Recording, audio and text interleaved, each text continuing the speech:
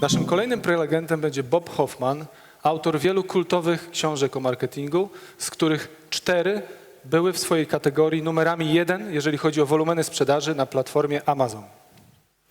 Bob podzieli się z nami swoimi przemyśleniami na temat pewnych naszych i Państwa fantazji w branży marketingowej, ponieważ właśnie uważa on, że żyjemy my w absolutnie krainie iluzji i nasza percepcja na rzeczywistość niekoniecznie jest przystająca do rzeczywistości.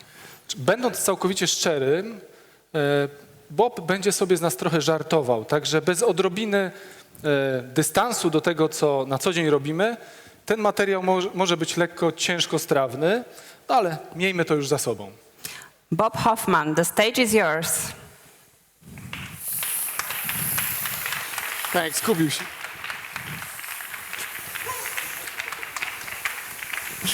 Thanks.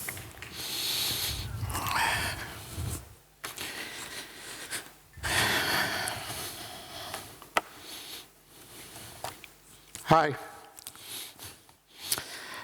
I'm Bob. Thanks for inviting me here today. I'm here to talk about advertising. More specifically, I'm here to talk about how screwed up the advertising industry has become. I spent 41 years in the advertising business. You think you're full of shit? I have a Lifetime Achievement Award. I'm probably going to contradict a lot of what you hear and read about advertising. I have some very unpopular and unfashionable opinions. And I expect some of you will think I'm crazy, and that's okay. Being crazy is kind of fun. Despite what I'm going to say today, I actually love the advertising business and want to improve it. I had a long and pleasant career in the advertising business. I've had the opportunity to create multi-million-dollar campaigns for brands like McDonald's and Toyota and Bank of America and Chevrolet. I've been invited to speak in dozens of countries. My opinions and comments have been sought by organizations like the BBC and the Wall Street Journal and other big-shot media groups. And I've written 4 books about advertising that were Amazon #1 sellers in the advertising category. Now, I don't say any of this to brag. I say it for the exact opposite reason, to make an important point. The point is this: I don't know anything. I'm faking it. I always have been. Despite my successes, I have no idea why anybody buys anything. I don't know why you buy Coke and you buy Pepsi. I don't know why you buy Nikes and you buy Adidas. As a matter of fact, I have no idea why I buy anything. As we used to say in my hometown of Brooklyn, I don't know shit. In my career, I've worked with hundreds, if not thousands, of marketing and advertising people, and I mean no disrespect, but I don't think they knew shit either. I think we pretend to know a whole lot of stuff that we don't really know. What we do mostly is precision guessing.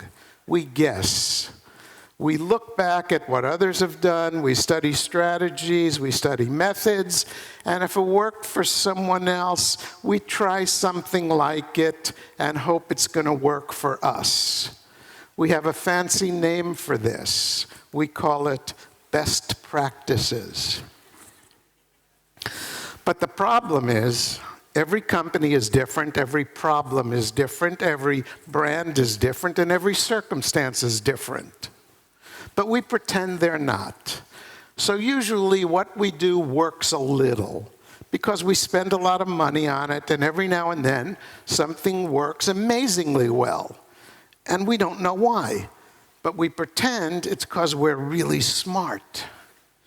There are so many variables in advertising and marketing, and our individual successes and failures provide such a small sample that it's hard for us to know what is the result of our acumen and what's the result of luck, circumstances, trends, randomness.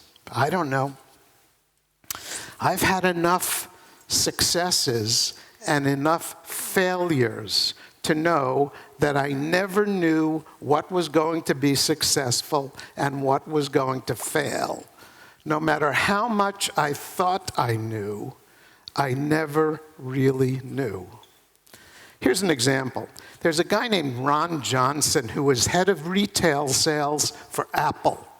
He pioneered the Apple stores, the most successful stores in the history of the planet. After several years, he was hired away from Apple by a department store called J.C. Penney. Johnson applied all the lessons and all the successful tactics he had used at Apple at J.C. Penney. And he created one of the most colossal failures in the recent history of American business. In his final quarter as CEO of J.C. Penney, their sales dropped an almost impossible 32% in one quarter. You could make my dog, Roscoe, the CEO of a company, give him an office and let him lay around and drool all day, and he could not lose 32% of business in one quarter. J.C. Penney was wrong, but we don't know why they were wrong. Johnson was clearly a brilliant guy. He applied all the knowledge he had used at Apple, but like all of us, his experience provided a very small sample, and drawing big conclusions from small samples is always a mistake. And it's not only history that misleads us. The future also misleads us. If you attend a lot of conferences like I do, you have undoubtedly noticed that speakers love to talk about the future. In fact, it's almost the only thing they ever talk about. Why? Because the present is too fucking confusing and complicated and largely incomprehensible. But the future is great. You can't be wrong when you talk about the future. No one can fact check the future. You can say anything you want about the future, and people will think you're brilliant, and they'll applaud you and quote you in the news. And then 10 years from now, when it turns out you were wrong, who cares? Nobody remembers. So if you want to be, here's a tip. If you want to be a successful speaker, don't be an idiot like me and talk about the real world. Be a genius and talk about the future. Now, we advertising and marketing people are fed so much bullshit on a daily basis that it's important for us to take a step back from time to time and have a reality check. And that's what I hope to do this afternoon. Because I believe we think we know a whole lot of things that we don't really know. And I think that that has caused us a tremendous amount of trouble in the past few years. The premise of my talk is that the last 10 years or so, we have been living in a fantasy land. The title of my talk is Advertising's Decade of Delusion. But before we get to my unpopular opinions, let me tell you a little bit about myself so you know what kind of crazy person you're hearing from. I started my advertising career as a copywriter, and through a series of comedy mishaps, I wound up as CEO of 2 independent agencies and the US arm of an international agency. Before I began in advertising, I was a science teacher. There were only 2 problems with that. 1, I don't know anything about science, and 2, I don't like children. I later went on to spend 1 year as the special assistant to the executive director of the California Academy of Sciences. One of the things that being around science and scientists taught me was a healthy respect for the scientific method. Scientists have to go through years of experimentation and peer review before an idea of theirs is accepted. After years of scrutiny, if their results hold up, they can say they actually know something.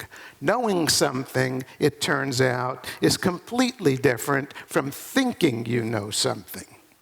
So then I got into the agency business, and the first thing that struck me was that we really didn't seem to know anything. We thought we knew a lot of things. We had ideas about what makes good advertising, and we had ideas about changing consumer behavior, but I couldn't find many facts.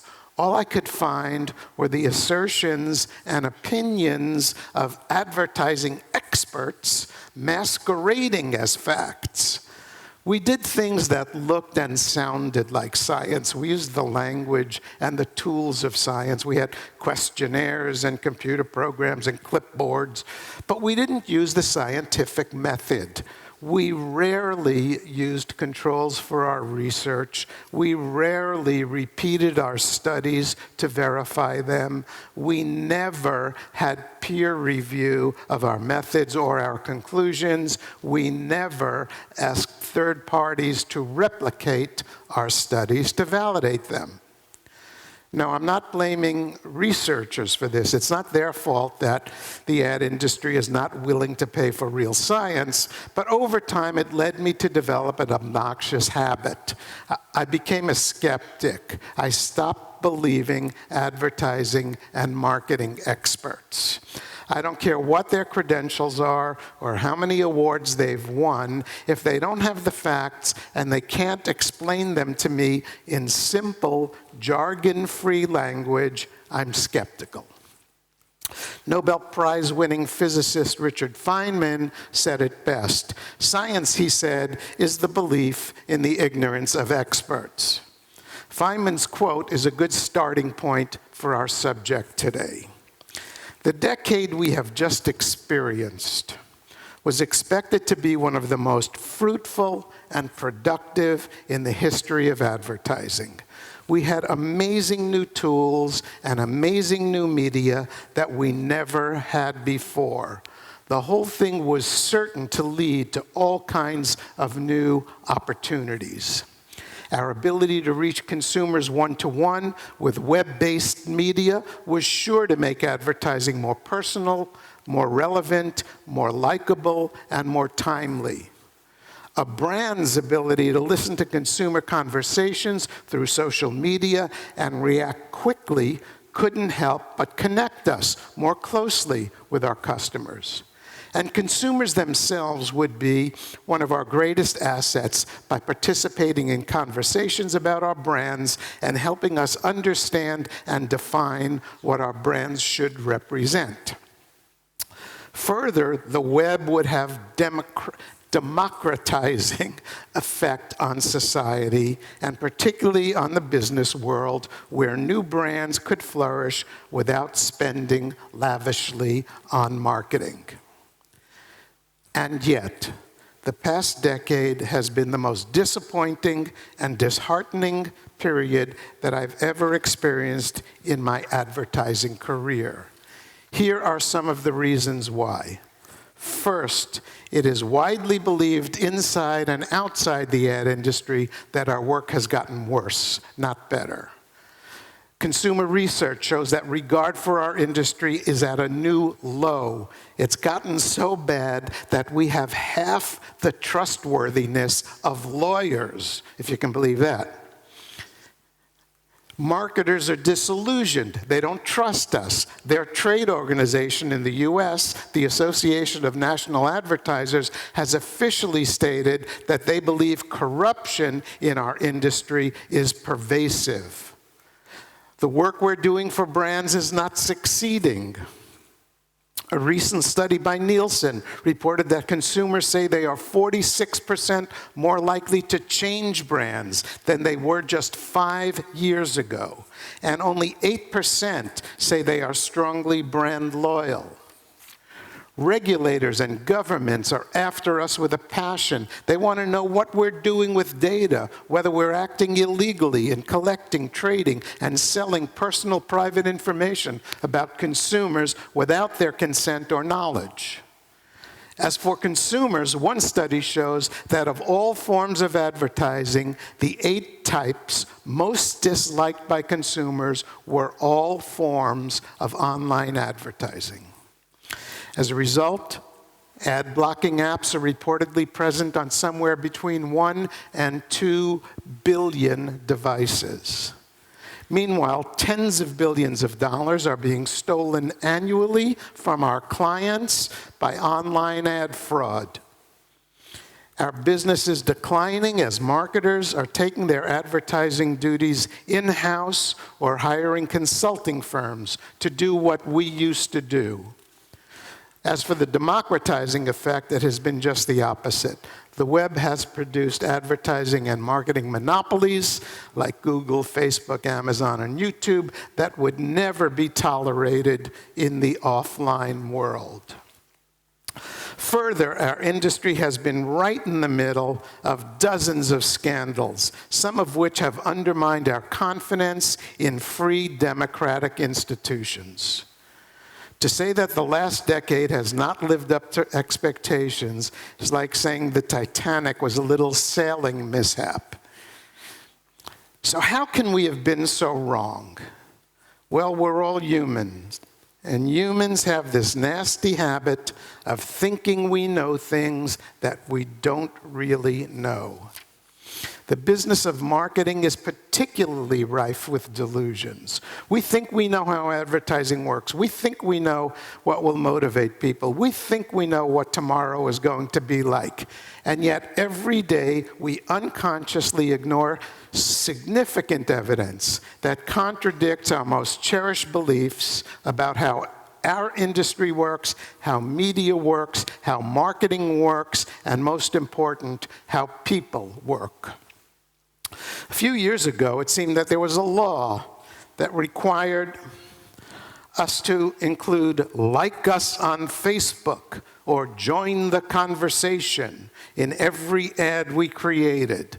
Today, if you put "like us on Facebook" or "join the conversation" in an ad, you'd be laughed out of the conference room. In 2012, the Harvard Business Review published a piece that purported to quantify the value of a Facebook like. In case you're interested, here's the formula. The value of a like equals L divided by UPM times LPD times 30 times C over L times CR times ACV. It's now 7 years later, and we actually know the true formula for the value of a like. V equals 0. In fact, a few weeks ago, Facebook started phasing out the like button. For almost 20 years, we have measured the effectiveness of online advertising by click-through rates. Virtually all reliable studies show that CTRs have no correlation to ad effectiveness, yet it is still the most widely utilized measurement of online advertising performance. ThinkBox, the TV trade organization in the UK, commissioned a study a few years ago comparing advertisers' assumptions about consumer media behavior with the facts of consumer media behavior. Let's have a look at some of their findings. They asked advertising and marketing executives how many minutes a day they thought people spent watching video on demand. The ad expert said 81 minutes. The actual number was 8 minutes. The experts were off by 900%. They asked how many minutes per day people watch subscription video on demand, like Netflix. The expert said 84 minutes. The actual number was 11. The experts were off by over 600%. They asked how many minutes a day the average person spent with YouTube. The expert said 62 minutes. The correct number was 16, off by almost 300%. And advertisers in the US are just as misinformed. A study released in 2016 showed that among US advertising and marketing executives, when asked what % of video watching time was spent with television, they said 25%. The actual number was 82%. They were asked what proportion of video viewing was done on a smartphone. They estimated 18%. The answer was 2%, wrong by 800%.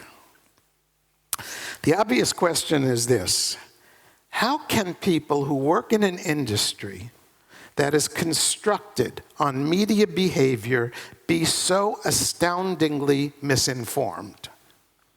Every day, hundreds of millions of dollars are committed based on the supposition that we know the facts and are spending money wisely, and yet we are misinformed to a degree that's mind-boggling. There are a few reasons for this, but let's just look at one. We live in a different world from our customers. Have a look.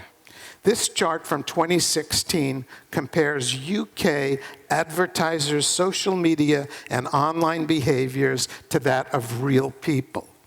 If you have any doubt that we live in a different world from our customers, this ought to convince you. A large part of our delusion started about 15 years ago when advertising experts promised the business community a miracle. It was called interactive advertising. It was going to be so amazing. It sounded so great. And social media marketing was going to be unbelievable. We were going to put this amazing new social thing to work for us. A partner in Sequoia Capital, a highly regarded investment company in the US, said, quote, "If you can harness social media marketing, you don't have to pay for advertising anymore." It all sounded so wonderful. But as that old sourpuss Winston Churchill once said, however beautiful the strategy, you should occasionally look at the results. And what have the results been? The results have been massive ad fraud, corruption and kickbacks, FBI and Justice Department investigations, bots, ad blockers, privacy nightmares, security breaches, election tampering, secret files about us in the hands of people we don't even know, degradation of journalism, and the disgust of the public, regulators, and governments. Other than that, it's been fucking great.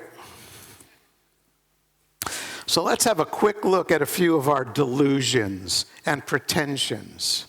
I want to start with the one that I think is most problematic. I don't think we understand how dangerous we've become. 2 years ago, I wrote a book called Bad Men. The premise of the book was that advertising, which used to be about imparting information, had become equally about collecting information. And the collection, trading, and sharing of personal private information about us without our consent and knowledge had become very dangerous. The very first thing I mentioned in the book was a then little-known company called Cambridge Analytica. I had no idea that 6 months later, Cambridge Analytica would become one of the most famous companies in the world. Cambridge Analytica claimed to have between 4,000 and 5,000 files on every adult in the US. Gathering data and the purported advertising benefits it provides had become the glib justification for all kinds of mischief and dangerous activities. The current online ad tech ecosystem is based substantially on the collection and deployment of data about consumers. It has become a vast and inescapable network of tracking, surveillance, and spyware. Now, we know what happens when governments know everything about their citizens, when they follow us everywhere, track our every move, read our mail, listen to our conversations, and keep secret files about us. We know that because we know how the KGB and the Stasi and the Gestapo worked. Except this time, it isn't our governments. It's the marketing industry that follows us everywhere, tracks our every move, reads our emails, listens on our conversations, and keeps secret files about us. This is unprecedented, and it's hard to know where it leads, but it's very difficult to imagine that it leads anywhere good. A few weeks ago, the former director of a British spy agency told an audience that quote, the big revelation over the last couple of years has been not about government intelligence agencies, it's been about the private sector. It is about the internet companies knowing more about me, you, everyone than any intelligence agency could ever or should ever know about us. This is truly dangerous. I think it's a major threat to democracy, and it's uncontrollable, unquote. We are told that tracking is essential to the economic health of the web. This is bullshit. TV and radio and print did very well for decades without tracking us. There is no reason online media have to track us to be successful advertising media. We are told that brands need to track us to market to us successfully. More bullshit. But let's pretend for a minute that it's true. Since when did the convenience of brands become more important than the privacy rights of citizens? I believe the regulators of the GDPR may soon determine that one of the centerpieces of programmatic advertising, real-time bidding, which spews all kinds of personal private information about us all over the web, tens of billions of times a day, is illegal. This will be the beginning of the end of so-called personalized advertising. The current model of online advertising based on tracking, surveillance, and massive data collection is barely more than 10 years old, but it's already far beyond its sell-by date. It is a ridiculous anachronism born in an era of naive digital utopianism and is now absurdly outmoded, dangerous, and unsuited to its purpose. Next, I want to talk about an issue that hasn't gotten nearly the attention it deserves: online ad fraud. This guy is Professor Roberto Cavazzo of the University of Baltimore. Professor Cavazzo recently participated in a study called The Economic Cost of Bad Actors on the Internet, Ad Fraud 2019.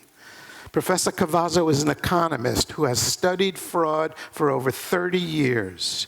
After participating in the study, here's what he had to say, quote, "I have studied the economic costs of fraud in many sectors for decades, and I was left stunned by the scale of fraud in online advertising." This study estimated the cost of online ad fraud at about $30 billion annually. This report is one of many that repudiate the nonsense that is promulgated by our industry. In the US, the Association of National Advertisers claims that the war on ad fraud is succeeding, and that ad fraud will fall to about $5 billion in 2019. The ANA and other advertising trade associations continue to mislead the industry and the public about the extent of criminal activity that is polluting online advertising and costing advertisers tens of billions of dollars. The digital advertising director of the Financial Times, Anthony Hitchings, who also participated in the study I just mentioned, had this to say: "The scale of the fraud we found is jaw-dropping. The industry continues to waste marketing budgets on what is essentially organized crime." The truth is, nobody knows the exact extent of ad fraud, but there's no doubt about one thing: it's enormous. According to the World Federation of Advertisers, by 2025, ad fraud may be the second largest source of criminal revenue in the world after drug trafficking. According to the Washington Post, in a 12-month period spanning the end of 2017 and the beginning of 2018, Facebook had to remove 2.8 billion fake accounts from its platform. That means they removed 3 times as many fake accounts as there are human beings in the Western Hemisphere.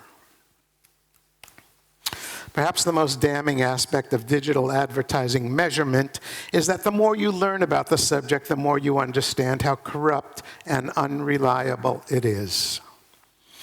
Aram Zuckersharf, ad tech director at the Washington Post, says, quote, "The numbers are all fucking fake. The metrics are bullshit." Ellen Pao, former CEO of Reddit, says, "It's all true. Everything is fake." For the last few years, we've been flooded with scandals and revelations about corruption, fraud, and lies in the online advertising ecosystem. In addition to the ones I've already mentioned, there have been scandals involving inflated and absurd metrics from Facebook, advertising dollars going to support terror, Nazi, and pornography sites, advertisers unknowingly supporting pedophile rings on YouTube, billion-dollar fraud in influencer marketing, criminal investigations of Facebook data sharing, and the UK's Information Commissioner's Office stating that ad tech is illegal and out of control. But not a single one of these scandals involving online media were brought to light by anyone in the agency industry. Not one. Let's put this in another way. Not one of the scandals about online media were exposed by the people whose job it is to know online media. How can it be that reporters who are not trained in media have not nearly the resources to scrutinize media and have no experience and expertise in analyzing media were able to sniff out scandal after scandal while we were not able to do so? We have allowed ourselves to crawl into bed with online jokers. It makes us look like fools. The ad industry is quickly squandering what's left of our credibility. We are on the wrong side of history and will continue to stay there until we come to terms with our responsibility to shine a light on the dark underside of surveillance and fraud and corruption that have infected our industry. Finally, I have one last delusion I want to talk about, and that's the age delusion.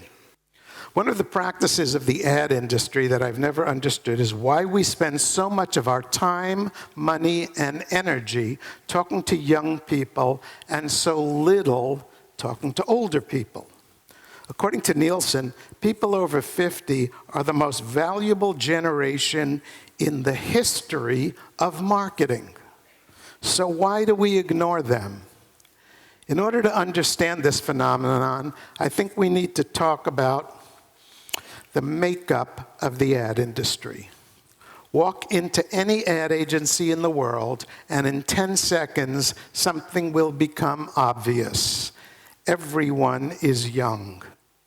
While people over 50 comprise 47% of adults in the US, they comprise 6% of agency employees. The excuse we're always given for this is that young people are just more creative. Or as the insufferable Mark Zuckerberg says, young people are just smarter. I would like to challenge this notion. To do so, I would like to go outside the advertising industry to other fields where creativity is absolutely essential. Let's look at the year 2017. We'll start with the Nobel Prize. There's only one Nobel Prize in a creative field. It's the Prize for Literature. It went to Kazuo Ishiguro, who is 64. The Pulitzer Prize is awarded in several creative fields. The Pulitzer for Drama went to Lynn Nottage, who is 54. The Pulitzer for History went to Heather Ann Thompson, 55. The Pulitzer for Poetry went to Tahimba Jess, 53. Meanwhile, at the Oscars that year, the Academy Awards for Acting, 3 of the 4 winners were over 50. Frances McDormand, 60. Gary Oldman, 59. And Allison Janney, 58. The 4th, Sam Rockwell, became 50 the next month. The Oscar for Best Director went to Guillermo del Toro, who was 53. Next, we'll move to television. The Emmy for Best Drama went to The Handmaid's Tale. The novel was written by Margaret Atwood, who was 79 and was creative consultant on the show. The Best Comedy Series went to Veep, executive produced by Julia Louis-Dreyfus, 57. She also won for Best Actress. Best Limited Series went to Big Little Lies, created by David E. Kelly, 62. Best Supporting Actress was Ann Dowd, 62. Best Supporting Actor, John Lithgow, 73. Best Supporting Actor in a Comedy Series went to Alec Baldwin, 60. So let's recap. People over 50 are creative enough to dominate in Nobels, Pulitzers, Oscars, and Emmys, but are not creative enough to write a fucking banner ad.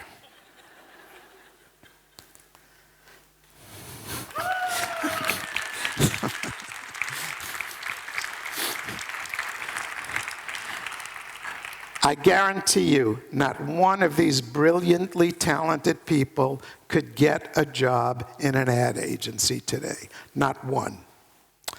Now let's look at some facts about older consumers. In the US, people over 50 are responsible for over half of all consumer spending. They outspend the average consumer in nearly every category: food, household furnishings, entertainment, personal care, automotive. They account for 55% of all consumer packaged goods sales and dominate 94% of consumer packaged goods categories. They outspend other adults online 2 to 1 on a per capita basis. They have a net worth about 3 times that of other generations.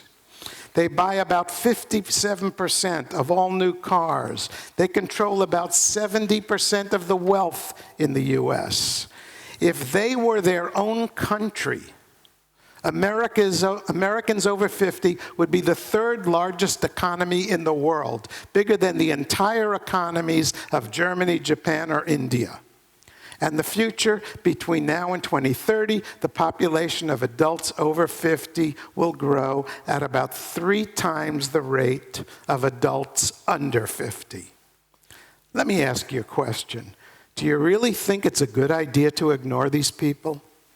And yet, according to a 2016 study by Nielsen, people over 50 are the target for between 5 and 10% of marketing activity in the US.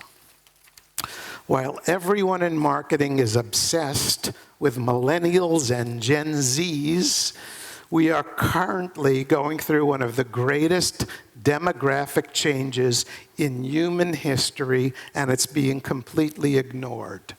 This chart from the UN demonstrates an astounding demographic change that is occurring in just 100 years. In the year 1950, there were 3 times as many people in the world under 5 as there were over 65. By 2050, there will be twice as many people over 65 as there will be under 5. Our population is aging at a remarkable rate. Here in Poland, the median age is far higher than average. While the median population age worldwide is 29.6, here in Poland, the median estimate is 40.1. But we in the ad and marketing business have invented all kinds of convenient bullshit for why we ignore mature people. The real reason we ignore older people is we hate them. We hate older people. We can't build a hot advertising career for ourselves by talking to old farts. Consequently, we have invented all kinds of bullshit to justify our malpractice. The neglect of mature consumers and pandering to young people is nothing but narcissism disguised as strategy. It's marketing by selfie stick. Okay, I'm almost done. My point is this. We need to exercise a little more modesty and a little more discretion when we think we know things that we don't really know. We need to keep an open mind and understand that reality is messy and that there is a substantial difference between reality and wishful thinking. I believe we have lost a decade. We have allowed ourselves to be persuaded by the suspicious assertions of articulate people masquerading as experts. It has cost our industry dearly. Our industry needs to take a good hard look at our assumptions and where those assumptions have led us. My advice to you is, do not listen to loudmouths like me. Give yourself the wonderful freedom of skepticism. Dig out the facts for yourself. Nobody is smarter than the facts. Thank you very much.